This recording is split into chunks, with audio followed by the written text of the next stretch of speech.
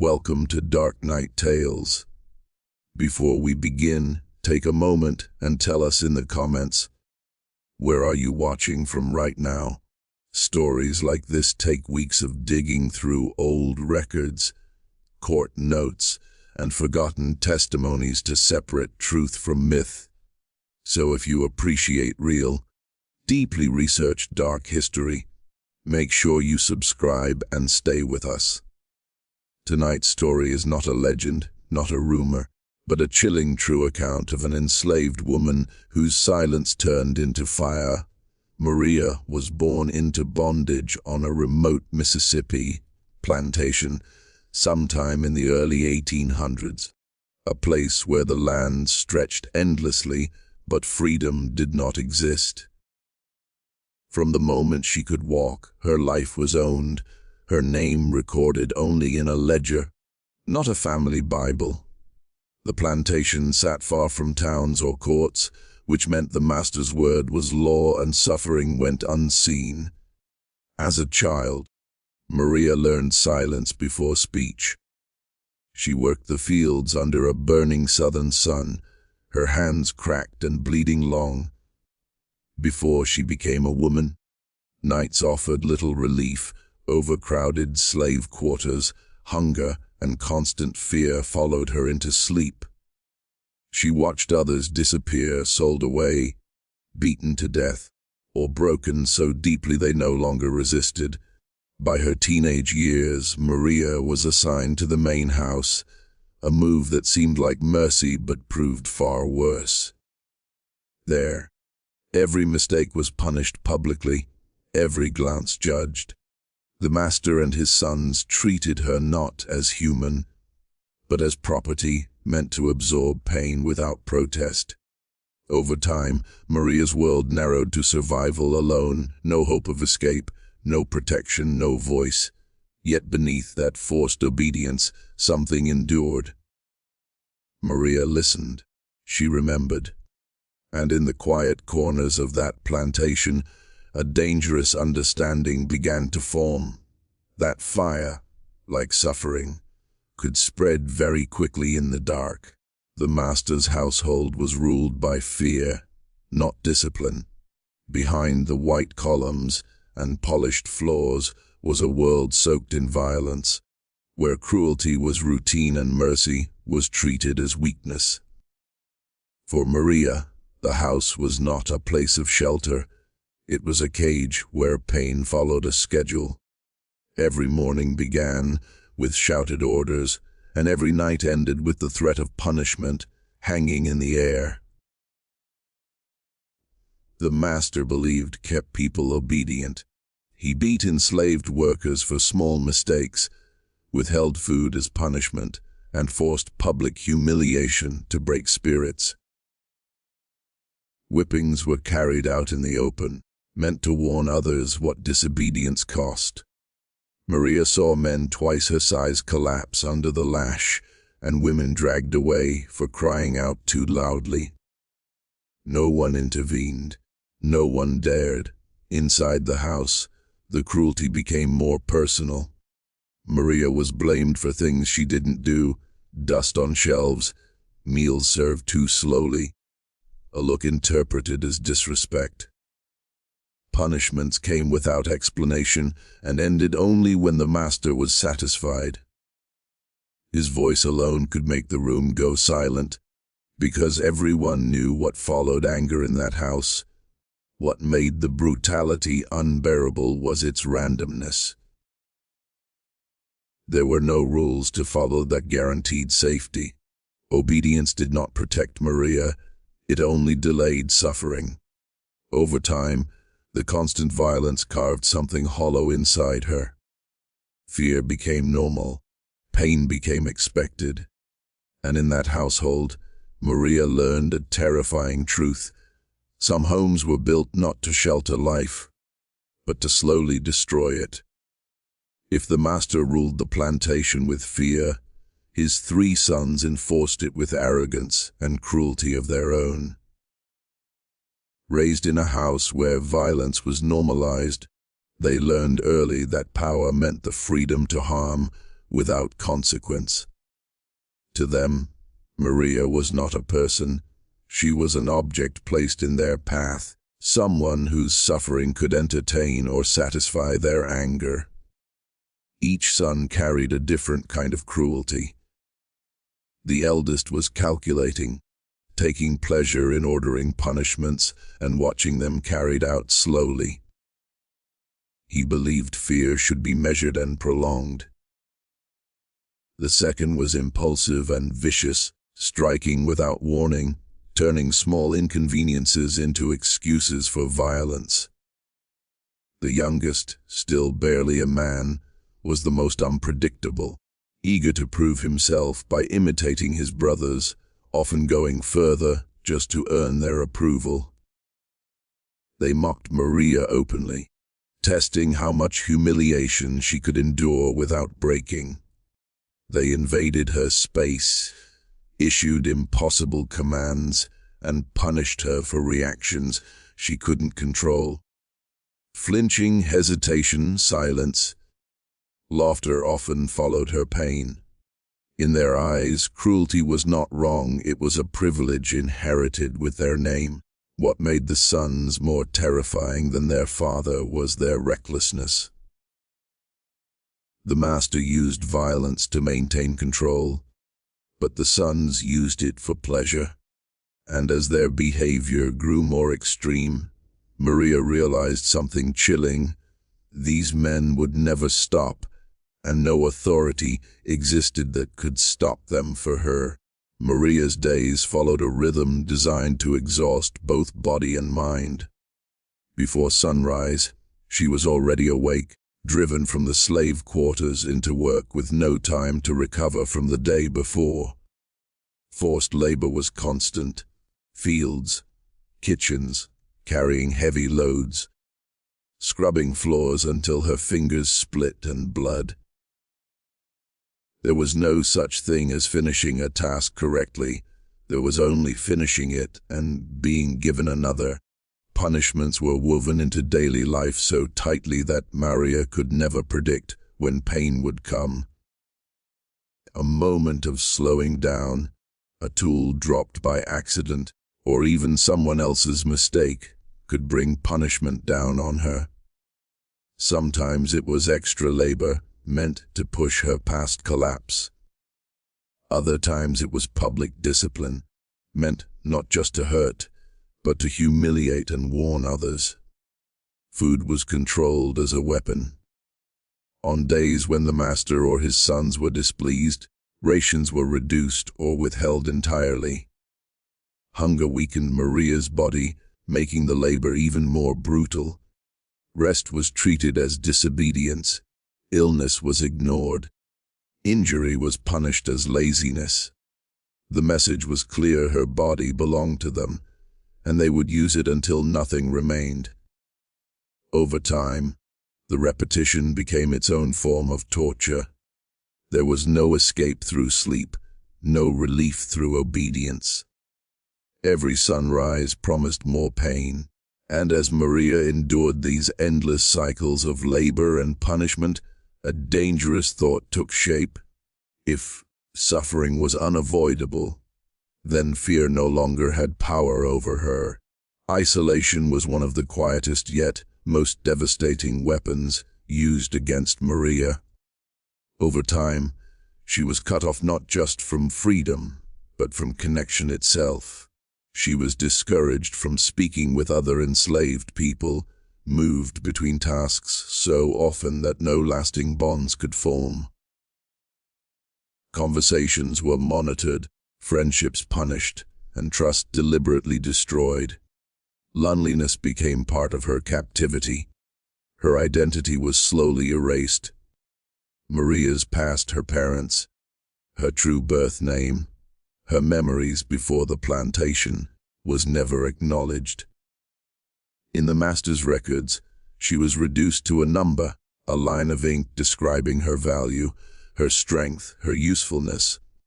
No one asked what she felt or who she was. Even her pain was treated as noise rather than proof of humanity. Inside the household, Maria was often addressed with insults instead of her name. This wasn't accidental, it was intentional degradation.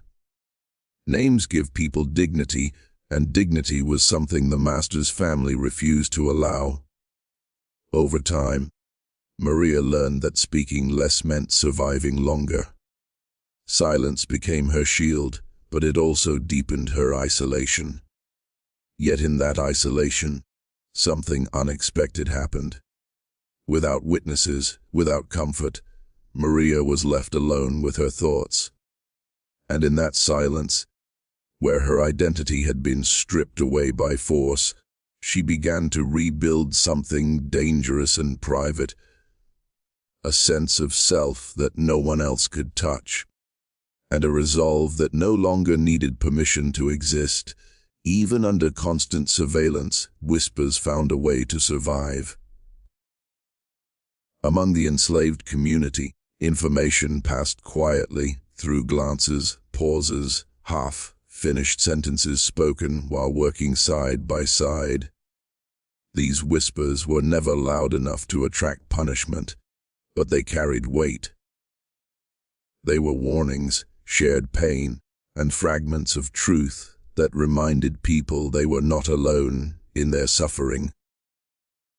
Maria heard these whispers during stolen moments in the fields or kitchens.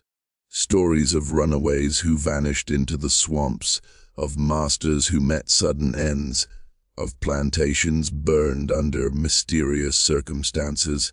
Most of these tales were spoken cautiously, never confirmed, never denied. Hope was dangerous, but so was complete silence. Some whispered about Maria herself. They noticed how she endured more than others, how her eyes changed, less fearful, more distant. Older enslaved workers, hardened by years of cruelty, exchanged looks when her name came up. They understood what endless abuse could turn into, if left unchecked. These whispers did not tell Maria what to do, but they planted an idea. They showed her that resistance did not always wear chains or carry weapons. Sometimes it arrived quietly, like a rumor carried on the night air. And as Maria listened, she realized something powerful. The plantation was built on fear, and fear could spread just as easily as fire. The breaking point did not come from a single blow, but from an act meant to strip away the last pieces of Maria's dignity. That day began like many others, with orders barked and work forced upon her, but it ended differently. In front of others, in a space where she had no escape and no voice, she was deliberately humiliated, used as an example of what happened to those who were considered too quiet, too slow, or too human. The master and his sons treated the moment like a lesson. Laughter replaced restraint. Maria was accused of disrespect without evidence, her silence twisted into guilt. What mattered was not the truth, but the display of power. Every second was designed to remind her that she had no control, not over her body, not over her name, not even over how she was seen by others. For Maria, this moment burned deeper than physical pain. It was the realization that nothing she did, obedience, endurance, silence, would ever protect her. The cruelty was no longer about punishment, it was about domination for its own sake. And it was public, meant to erase any remaining sense of self she still carried. When it ended, Maria did not cry out. She did not beg. She walked away changed. Something inside her had gone quiet, not from fear, but from clarity. In that humiliation, a final truth settled in her mind. There was nothing left for them to take from her, and nothing left to lose. The constant labor, the relentless beatings, the isolation, and the humiliation all converged to a moment Maria could no longer ignore. the moment her mind refused to remain under someone else's control. It wasn't a sudden madness, but a slow, simmering shift. Years of abuse had taught her fear, but also endurance.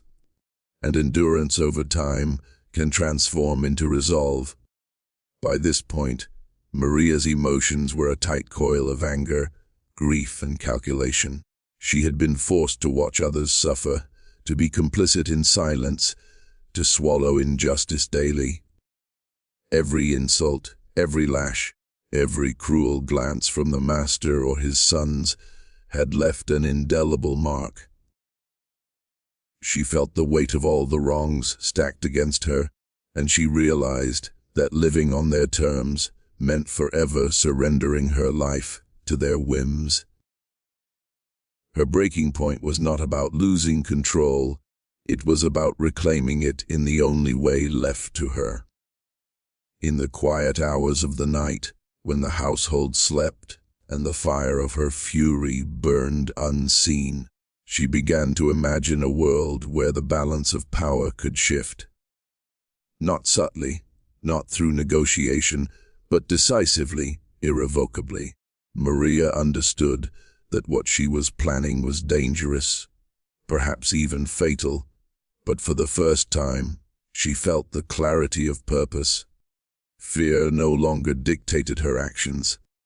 Pain no longer weakened her resolve. And in that crucible of terror and oppression, something powerful emerged, a calculated, unstoppable determination to act, to make them feel the weight of what they had inflicted on her. After reaching her psychological breaking point, Maria began to carefully plan an act that many would have deemed impossible or insane. She understood that a rash decision could cost her life immediately, but she also knew that patience and strategy could turn desperation into power. In the shadows of the plantation, she observed, remembered, and mapped out every detail of the household, every routine of her master and his 3 sons. She studied when the men were most vulnerable, when the servants were preoccupied, and when the night offered cover. Every door, every lock, every pathway became part of her mental blueprint. Maria did not plan blindly. She relied on meticulous observation. She noted who would be in the house at what time, which rooms had flammable materials, and where her escape routes might lie. At the same time, Maria cultivated silence. She spoke less, moved with less notice, and avoided attention. Any hint of her intentions would have been fatal. The plan was not just about revenge, it was about survival, about reclaiming agency in a life where control had always been taken from her. But more than survival, Maria's plan carried a message. Every element, the timing, the location, the scope, was designed to confront the full weight of the cruelty she had endured. She was no longer a passive victim, she was a strategist, a force that had learned to turn knowledge of her oppressors into a weapon. In her mind, the plan was precise, inevitable, and terrifying. Maria knew that once she acted, nothing would be the same, and in that understanding, a grim calm settled over her. The unthinkable was no longer unthinkable, it was a carefully orchestrated certainty. The night arrived quietly, without warning or ceremony. The plantation settled into its usual darkness, the master's house heavy with the false security of power.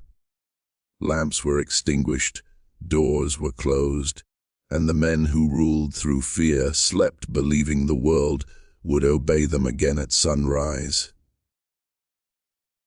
They did not sense that something had already shifted. Maria moved with intention. Every step she took was guided by memory of corridors walked countless times, of objects handled daily, routines she had learned through years of forced service. There was no hesitation now. The fear that once ruled her had burned away, replaced by a cold focus. This was the moment she had prepared for in silence. When the fire began, it did not roar immediately. It crept. Flames found dry wood fabric, oil-soaked corners that had gone unnoticed for years. Smoke filled the house before panic did. By the time shouts echoed through the halls, the fire had already claimed control. Confusion turned into terror as escape routes vanished and doors became traps. From outside, the house transformed into something unrecognizable, a symbol of authority collapsing into chaos. The same walls that had witnessed countless acts of cruelty now trapped those who believed themselves untouchable. The night sky glowed as flames rose higher, visible across the plantation. For Maria, this was not spectacle. It was finality. The house that had defined her suffering was being erased in fire, and with it, the illusion of absolute power. By dawn, nothing would remain the same, and the story of that plantation would never be told the same way again. As the flames spread through the master's house, the quiet of the night was shattered by sounds that would haunt anyone who heard them. The fire licked walls, consumed furniture, and turned familiar corridors into deadly traps. But it was not the crackle of burning wood alone that made the scene unbearable. It was the screams. The master and his 3 sons, caught unprepared, realized too late that their control had evaporated. Panic overtook them as heat and smoke filled the rooms. Their cries of fear, desperation, and pain tore through the night, cutting through the stillness of the surrounding fields. The enslaved community, hidden in the shadows, could hear everything: shouts, cries, and the suffocating roar of the fire. Each scream was a terrifying echo of the cruelty they had inflicted for years. The sound of helplessness from those who had held power over Maria for so long was not just punishment, it was poetic in its horror. She had waited silently, observed, and now the very people who had made her life a living hell were trapped in terror, exposed in ways no lash or insult could ever replicate. Maria remained unseen, a shadow among shadows, as the chaos unfolded. The screams marked the climax of years of suffering, humiliation, and brokenness, and they testified to the uncontainable power of someone who had been pushed beyond the edge. That night, the darkness was alive, not just with fire, but with the echo of justice finally realized. When the first light of dawn broke over the Mississippi fields, the plantation looked almost peaceful from a distance. Smoke curling lazily into the sky, the morning birds singing as if nothing had changed. But as anyone drew closer to the master's house, the reality of the previous night's horror became undeniable. The structure that had once symbolized control, wealth, and authority was now a blackened ruin. Walls had collapsed, beams charred and twisted, and the remnants of furniture lay scattered and smoking. The stench of burned wood, flesh, and fear hung heavy in the air, a grim reminder of the night's chaos. Neighbors, workers, and anyone who dared to approach the plantation were met with silence punctuated by the occasional crack of a dying ember.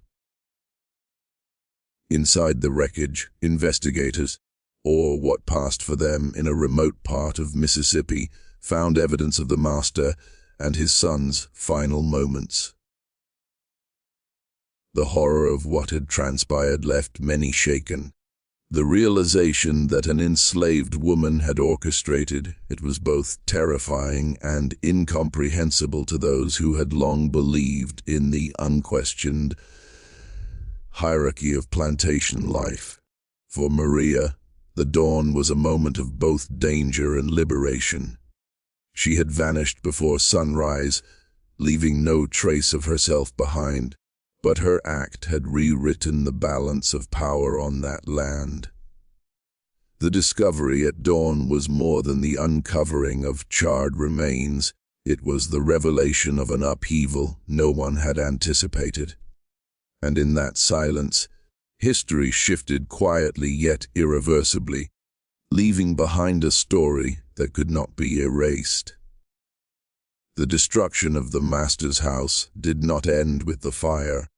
Its effects rippled outward like shock waves through the plantation and the surrounding community.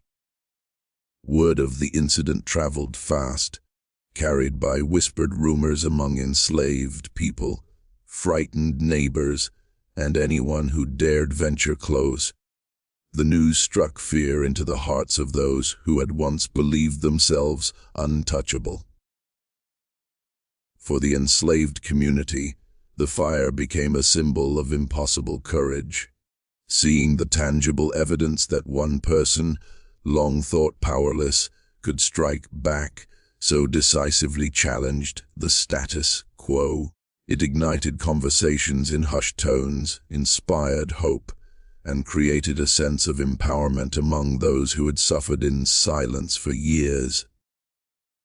Maria's act, while terrifying, became a reminder that oppression could be resisted and that survival did not always mean submission. Among the free and privileged, shock turned to panic. Masters in nearby plantations realized that their absolute control was fragile, that those they considered voiceless could act in ways no punishment or whip could prevent. Fear replaced arrogance. For weeks afterward, the air was thick with anxiety. Trust in authority was shaken, and caution ruled the land. Even law enforcement and local officials, when they investigated, were unsettled by the magnitude of the event. The fire had left more than charred wood, it left an unspoken truth. The balance of power on the plantation had been disrupted, and the memory of that night would haunt everyone who lived under its shadow. Maria's actions did more than destroy a house. They sent a message that reverberated far beyond the plantation, leaving communities, oppressors, and the enslaved to reckon with the unimaginable consequences of unchecked cruelty. After the fire consumed the master's house and claimed the lives of her oppressors, Maria vanished as completely as if the earth had swallowed her. No one saw her leave, no footprints betrayed her path, and the chaos of the night provided the perfect cover. For the plantation and the surrounding community, she became a ghost, both terrifying and impossible to locate. Some believed she fled into the dense Mississippi wilderness, blending into the swamps and forests that stretched for miles. The landscape was unforgiving, but Maria had grown up surviving its harshness. She knew how to move quietly, how to hide, and how to live off what the land provided. In the minds of those who feared her, she became a figure of myth, a reminder that the powerless could escape, even the most absolute control. Others whispered of more mysterious fates, that she joined other escaped enslaved people, disappearing into the network of freedom, seekers who moved in secret. Some claimed she was never seen again, leaving only the story of the fire as proof she had existed, while others speculated she might have lived quietly under a new identity, far from the plantation's shadow. What is certain is that Maria's fate remained unknown, and that uncertainty became part of her legend. She had achieved the one thing no whip, punishment, or system of oppression could deny her: freedom, control over her destiny, and the ultimate act of defiance against those who had sought to destroy her. Her disappearance ensured that the story was not just about fire and vengeance. It was about the triumph of a mind and spirit that refused to be broken, leaving behind a legacy that would echo through history, whispered in fear, respect, and awe. Even as Maria disappeared, the story of her act of defiance faced another enemy: history itself. Plantation records, court documents, and local accounts were often written by those in power, people determined to preserve the image of control, propriety, and white supremacy. In these records, Maria was reduced to a footnote, if she appeared at all. The fire that had rewritten the plantation's hierarchy was minimized, dismissed, or blamed on accident. Her name, the very symbol of her courage, risked vanishing from the historical narrative entirely. Books, newspapers, and oral histories from that era rarely acknowledged her agency. Instead, the focus was on the tragedy, the destruction, and the loss to the master's family. The enslaved woman who had planned, executed, and escaped the ultimate act of rebellion was invisible, her intelligence and bravery unrecognized. Those in power sought to erase not only her deed, but the terrifying truth it represented: that the oppressed could strike back, decisively and successfully. Yet Maria survived in whispers and stories, passed down quietly among enslaved communities, the stories that dared not be recorded. These accounts, fragmented and secret, preserved her legacy long after official documents tried to erase it. In this way, she became both myth and reality, a shadow that haunted the memories of oppressors and inspired hope among those who understood what she had achieved. Maria's story is a reminder that history is written by those in power, but truth has a way of surviving, even in silence. Her courage, intelligence, and unbreakable spirit continue to echo centuries later, defying erasure and demanding that we remember. The powerless are never truly powerless when resolve and intelligence meet opportunity.